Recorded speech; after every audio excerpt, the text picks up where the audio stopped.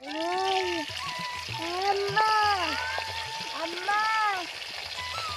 Yamma, Yamma, Bali, Bali. Bali.